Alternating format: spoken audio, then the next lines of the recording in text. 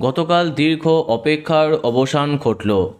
বাংলা টেলিভিশনের অন্যতম জনপ্রিয় শো সারেগামাপার গ্র্যান্ড ফিনালেতে চমক ছিল ভরপুর। অনেক আগেই এই বছর জি বাংলার সারেগামাপাতে কে হচ্ছেন চ্যাম্পিয়ন তা তোমাদের জানিয়েছিলাম, কিন্তু ধোঁয়াশা ছিল দ্বিতীয় এবং তৃতীয় পদ নিয়ে। অবশেষে যবনিকা পতন। এই সিজনে চ্যাম্পিয়ন হয়েছেন ইসলামপুরের ছেলে আয়ুষ গুপ্তা। কঠিন দীর্ঘ লড়াইয়ের পরে তার হাতে এদিন উঠে এলো চ্যাম্পিয়ন ট্রফি। অন্যদিকে মন ভাঙল সায়ন্তনীর। চ্যাম্পিয়ন হবার দাবিদার সায়ন্তনী কিছুই হতে পারলেন না। এদিন দ্বিতীয় হয়েছেন গীতশ্রী চৌধুরী।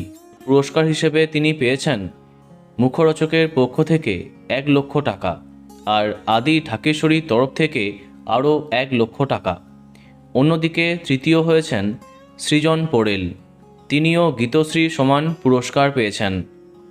এর বাইরে সায়ন্তনী পুরো সিজনে 9 সপ্তাহ সেরা ব্যাচ পেয়ে মোট 5 লক্ষ টাকার সমপরিমাণ রূপো পেয়েছেন।